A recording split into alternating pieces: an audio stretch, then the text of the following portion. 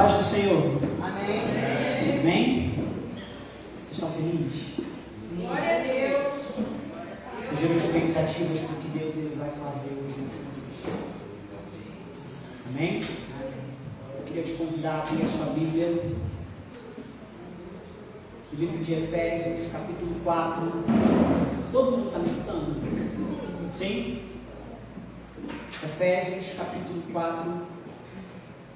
A partir do versículo 15, nós vamos ler o versículo 15 e o versículo 16.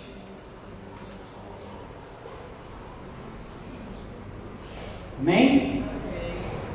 Está escrito assim: antes, seguindo a verdade em amor, cresçamos em tudo naquele que é a cabeça, Cristo, do qual todo o corpo, bem ajustado e ligado, pelo auxílio de todas as juntas, segundo a justa operação de cada parte, faz o aumento do corpo, ou seja, o crescimento do corpo, para a sua edificação em amor. Feche seus olhos, vamos orar. Pai, nós louvamos o Teu nome nessa noite, glorificamos a Ti pela Tua palavra, Espírito Santo, e por aquilo que o Senhor deseja falar à Tua igreja nessa noite.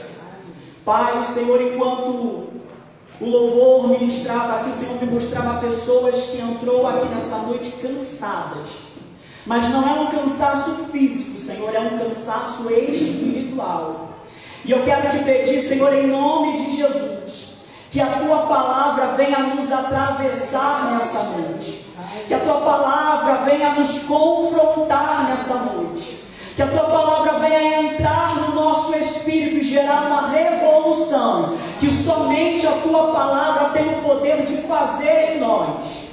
Que a Tua palavra, Espírito Santo, venha nos alinhar ao Teu propósito, que a Tua palavra venha nos levantar, que a Tua palavra venha nos desafiar nessa noite. Abba, nós nos submetemos à autoridade da Tua palavra, nós nos submetemos à autoridade do Teu Espírito nessa noite. Pai, que eu diminua nessa noite, a fim de que o Teu Espírito cresça. Espírito Santo, eu sou somente um vaso, a igreja é Tua, então trata da mesma forma que o Senhor desejar. Nós oramos e cremos em nome de Jesus. A igreja diz: amém. Aleluia. Glória a Deus. Queridos, eu glorifico a Deus pela palavra, porque essa palavra ela vem, pastora, como um desafio para a minha vida. Eu me lembro que na semana passada nós conversando, eu falei para você que todas as vezes que Deus ele me dá uma palavra, Ele me faz viver aquela palavra. Ele me desafia a andar, a viver exatamente essa palavra. E no momento em que eu começava a construir essa mensagem, como o Espírito de Deus ele falou comigo acerca do tempo que nós como igreja estamos vivendo nesses dias. Nós estamos em uma série de conferências onde o tema ele é Corpo de Cristo. Na semana passada nós ouvimos a diaconisa Jéssica aqui, que através do Espírito Santo ela nos trouxe o conhecimento de que ser corpo de Cristo, na verdade ela nos falou daquilo que não era ser corpo de Cristo. Na semana retrasada nós tivemos aqui o nosso cooperador Wallace, que trouxe aqui através do Espírito Santo o nosso entendimento de que muitas vezes dentro desse corpo, desse organismo que nós chamamos de corpo, nós temos irmãos onde muitas vezes nós somos desafiados, não temos tanta afinidade assim. Esse irmão muitas vezes acaba nos machucando e mesmo assim nós somos desafiados a amar esse irmão, porque o que nos liga a ele é um sangue imaculado. O que nos liga a ele é um sangue que foi vertido na cruz do Calvário. Então esse sangue que me liga ao meu irmão faz com que ele seja o meu irmão. Então eu preciso amá-lo independente daquilo que ele faça. E nessa noite o Espírito Santo ministrou no meu coração acerca de algumas peculiaridades desse corpo. Nós vamos falar hoje sobre o corpo, mas também vamos falar sobre a cabeça. E eu preciso chamar a sua atenção aqui, que quando nós falarmos sobre corpo, eu estou falando de igreja. E quando nós falarmos sobre a cabeça, eu estou falando sobre Cristo. Amém? Então, nós estamos aqui, nos deparamos com o texto de Efésios, capítulo 4, versículo 15 e versículo 16. Quando nós paramos para ler o texto, para entender o que o apóstolo Paulo ele está trazendo de ensinamento para a igreja de Éfeso, nós vamos entender que Paulo ele começa escrevendo e convoca a igreja a guardar a unidade do Espírito pelo vínculo da paz. Cooperador Washington, que vínculo do Espírito é esse? Que unidade do Espírito é essa? Quando a gente começa a entender, a ler o texto, nós vamos entender que Paulo está falando sobre um só corpo, um só Espírito, uma só esperança, um só Senhor, uma só fé, um só batismo e um só Deus e Pai de todos. O que ele está dizendo é o seguinte: a unidade do Espírito consiste em uma única coisa. Mas quando nós vamos enxergar, quando ele fala um só Deus e Pai de todos, ele quer dizer que essa unidade, quando se junta, se torna um só nele. Ele é o Pai de todos. Então Paulo ele vai explicar a diferença entre a unidade do Espírito e a distribuição da graça. A unidade do Espírito, ela deve ser guardada pela igreja, porque faz parte de um princípio da igreja. Enquanto que a graça, ela é distribuída segundo a medida do dom que foi liberado a cada um. Então Paulo ele vai falar o seguinte, que a uns ele deu para apóstolos, outros ele deu para profetas, outros para evangelistas, outros para pastores e outros para doutores. Mas tudo isso acontece para o bom funcionamento do corpo. Tudo isso acontece para que o corpo entre no mecanismo e ele comece a trabalhar por si próprio. Todos estão entendendo até aqui? Amém?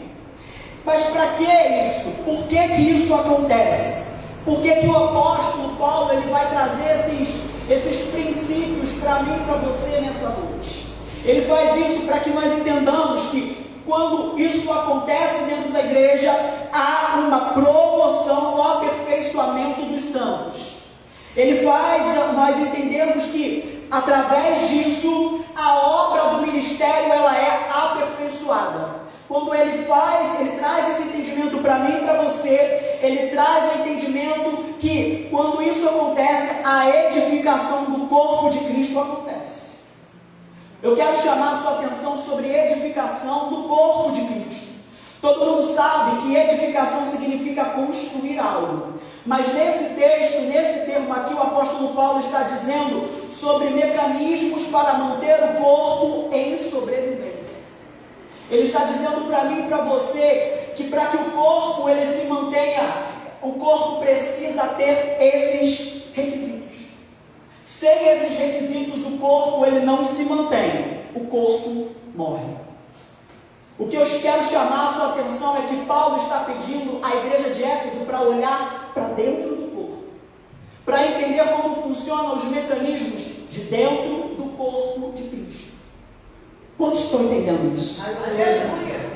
Paulo então traz essa compreensão de que esses itens, sem esses itens, é impossível a igreja avançar para o propósito do qual ela foi chamada.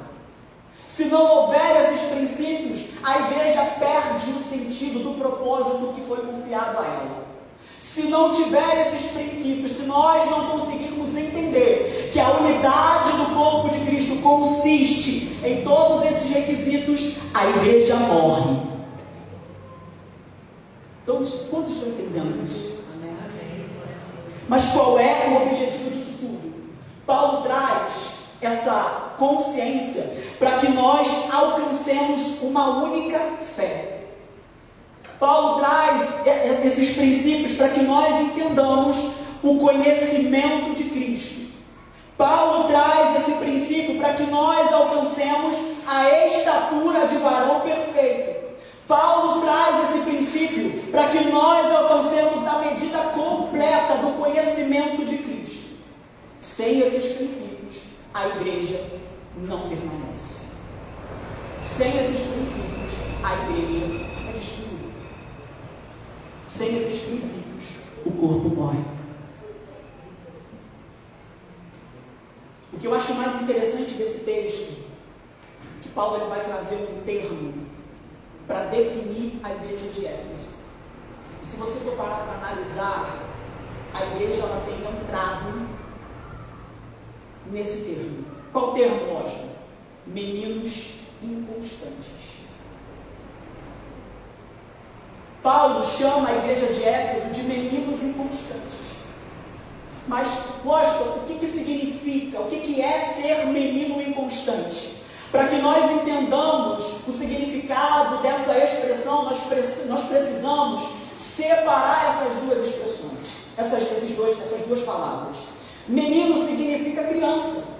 A criança, ela não sabe, ela não tem a capacidade de fazer o seu juízo de valor. Uma hora ela quer uma coisa, outra hora ela quer outra coisa. Quantos têm filhos aqui? Não é assim? Sim. Você compra alguma coisa, um brinquedo para ela fica lá toda animada com aquele brinquedo. 5 minutos depois que você vai olhar a criança esqueceu aquele brinquedo. Dá uma raiva. Dá vontade de pegar e falar assim, você vai brincar com esse brinquedo aqui. Até o ano que vem. Certa vez, eu fui no aniversário de 2 crianças e eu comprei 2 carrinhos. E aí eu chamei uma dessas crianças lá no quarto e falei assim, olha, fecha o olho. Eu tenho o vermelho e eu tenho o azul. Escolhe uma das 2 cores. Aí essa criança virou para mim e falou assim, eu quero vermelho. Quando ela abriu o olho e viu o outro carrinho, ela falou assim, eu quero aquele ali. A criança ela é inconstante. Ela não sabe o que ela quer. E o que significa o termo inconstante? Significa sem constância. Não mantém uma frequência. Sempre oscila.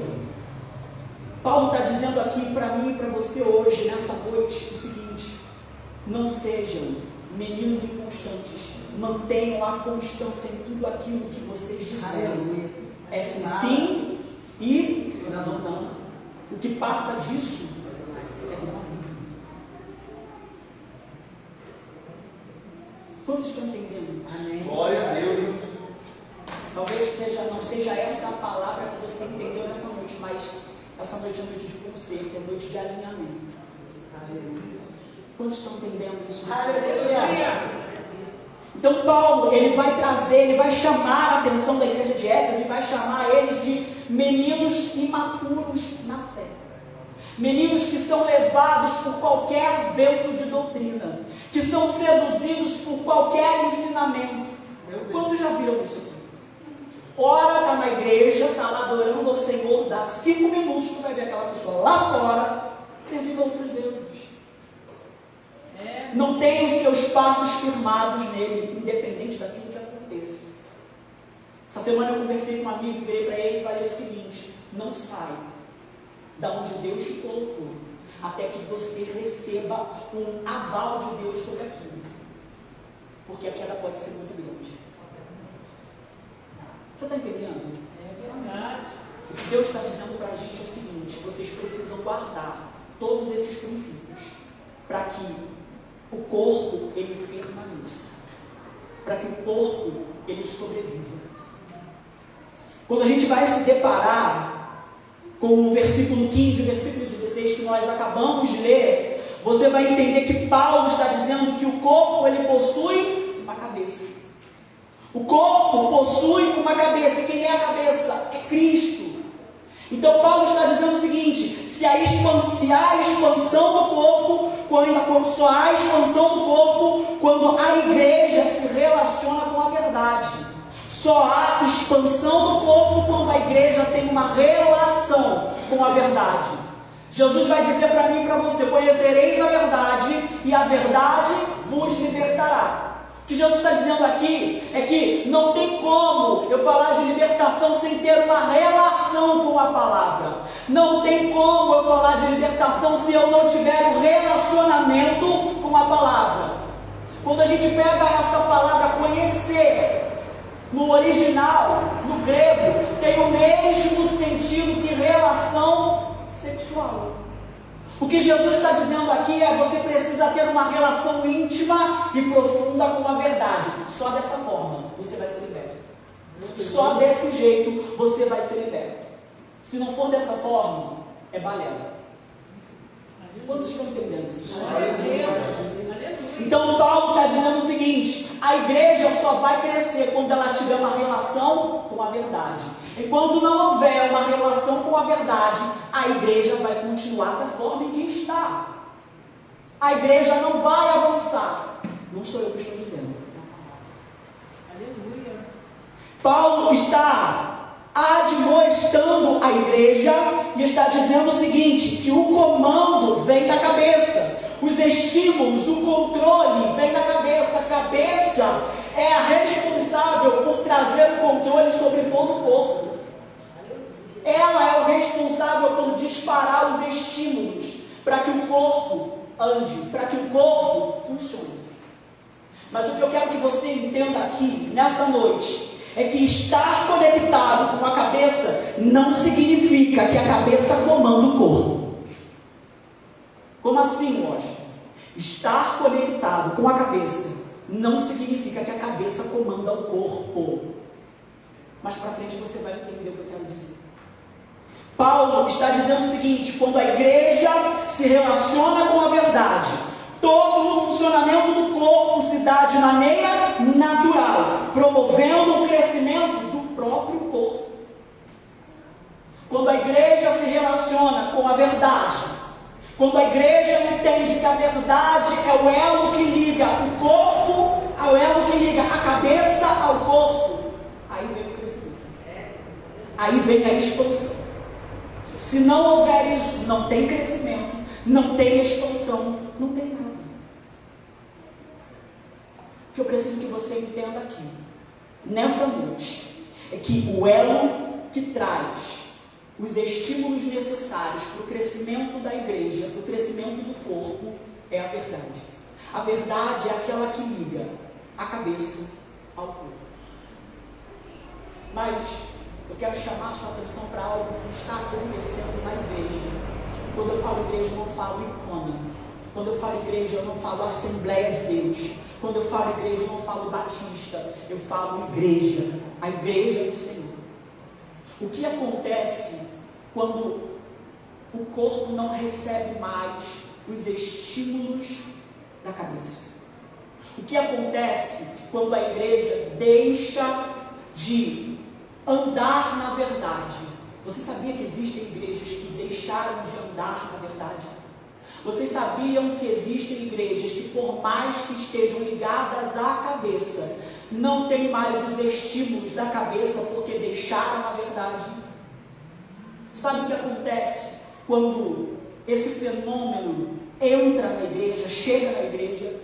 É um fenômeno que nós chamamos na medicina de tetraplegia espiritual. Você sabe disso? Tetraplegia é quando o corpo não recebe mais os estímulos da cabeça. Daqui para baixo é tudo paralisado.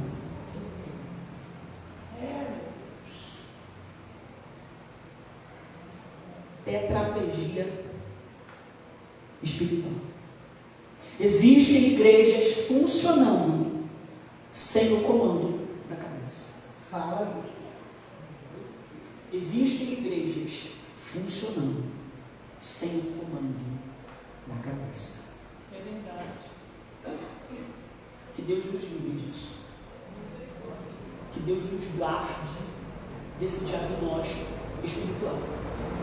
Mas o que eu preciso que você entenda é que o que Deus ele está dizendo para nós aqui é um alerta para que nós despertemos e não cheguemos a esse diagnóstico espiritual. O que Deus está dizendo é o seguinte: enquanto eu estou falando, eu me importo. Enquanto eu estou anunciando, eu me importo. Quando eu deixar de falar, aí acabou. Quantos estão entendendo isso? Glória a Deus. Glória a Deus. O que é tetraplegia, Washington? Tetraplegia é um diagnóstico clínico, ou seja, é uma paralisia que afeta os movimentos de todas as extremidades que se unem à musculatura do tronco, ou seja, braços, pernas e o próprio tronco. Ou seja, a cabeça funciona. A cabeça continua funcionando. O cabeça continua mandando os estímulos. A cabeça permanece intacta. O corpo continua vivo, ele não está morto, ele continua vivo. Mas a diferença disso tudo é que o corpo ele perde as funções de forma ordenada. Como assim, pastor? Vou explicar para você.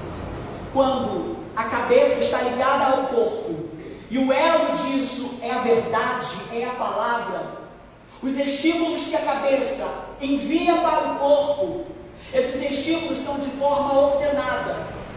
O corpo sabe o que deve fazer porque a cabeça está dando um comando. Então é de forma ordenada. Meu Deus!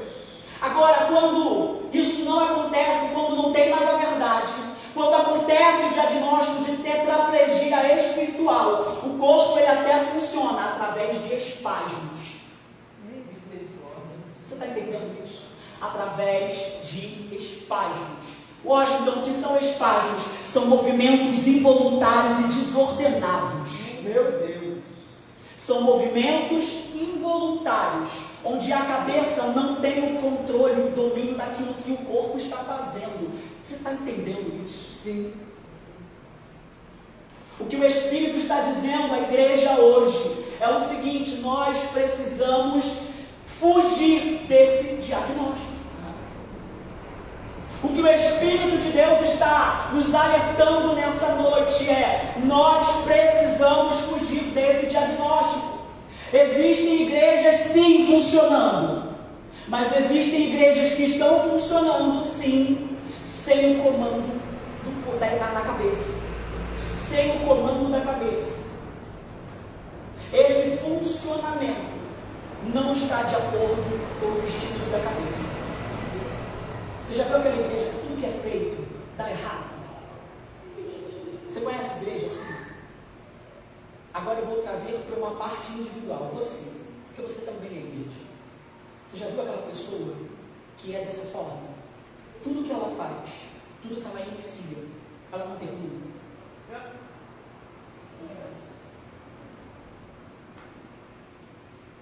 É tempo de nós nos alinharmos à cabeça. Mas não é só estarmos alinhados à cabeça. Nós precisamos estar alinhados à cabeça, ligados à palavra. Sem isso, nós não sobreviveremos. E não sou eu falando, é a palavra. Mas Washington, é só isso? Não. Não para por aí. Porque o diagnóstico de tetraplegia espiritual, ele é gradativo. Como assim, obreira? Obreira não, diaconisa. Como assim?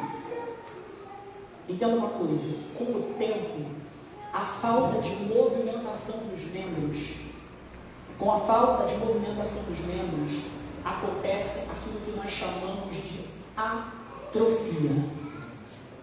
Os membros são atrofiados. Os músculos são atrofiados. Queridos, eu trabalho no hospital. Eu já vi pacientes entrarem no hospital, pacientes bombados, pacientes que tinham uma vida fitness fora do hospital, mas devido ao acidente, onde eles ficam tetraplégicos e por conta do tempo prolongado de internação, quando você passa naquele leito e você observa aquele paciente, é rápido, é gradativo, mas é rápido. Você começa a observar o processo de atrofia dos músculos. Você começa a observar o processo de atrofia daquele ser. Quando você deixa de receber os estímulos da cabeça. Quando você deixa de receber os estímulos que a cabeça envia para o corpo. O corpo deixa de se movimentar, a igreja fica parada. E isso gera atrofia espiritual. entendendo? Isso gera uma atrofia espiritual. Deus nos trouxe aqui para um despertamento. Glória a Deus. Aleluia. Deus nos trouxe aqui para um alinhamento. Glória a Deus. Eu não vou me alongar naquilo que Deus ele mandou dizer para a igreja, mas eu preciso que você saia daqui entendendo que o que Deus ele quer fazer é impedir que esse diagnóstico chegue até nós. Aleluia. Glória a Deus. Washington, o que você está querendo dizer? Para finalizar, eu quero dizer que Deus ele está insistindo. Meu irmão, Deus está insistindo em nós. Aleluia, Jesus. De uma forma coletiva, mas também de uma forma individual. Deus está insistindo em nós. Deus, ele quer nos alinhar. Ele quer nos trazer de volta para o centro da sua vontade. Ele quer fazer com que novamente eu e você entendamos que o cabeça é Ele. Então quem dá as ordens é Ele. Quem envia os estímulos é Ele. E Ele ainda está dizendo o seguinte: se isso parar de acontecer, a atrofia chegará, a tetraplegia vai acontecer. Que Deus nos livre disso nessa noite. Que Deus nos guarde. Que Deus nos alinhe novamente ao centro da vontade dele. Eu quero te convidar a se colocar de pé. Aleluia. Glória a Deus. Glória, glória, glória. Eu disse que eu não ia me alongar porque não é pelo muito falar. Mas o que eu preciso que você internalize hoje, que eu preciso que você compreenda hoje, é que Deus continua insistindo. Enquanto Deus ele me entregava essa palavra, enquanto eu estudava sobre essa palavra, sobre esse texto, eu pedi ao Senhor misericórdia pela minha vida, pelas nossas vidas. Porque Deus ainda se importa, querido. Aleluia. Pior coisa é quando Deus ele decide não falar mais. Mas enquanto Deus ele está falando, significa que Ele se importa. Enquanto Deus está falando, significa que Ele se importa e Ele deseja nos alinhar outra vez. Eu quero te convidar a cantar essa canção e dizer: nós somos corpo, sim. Nós somos alinhados e ajustados segundo a palavra.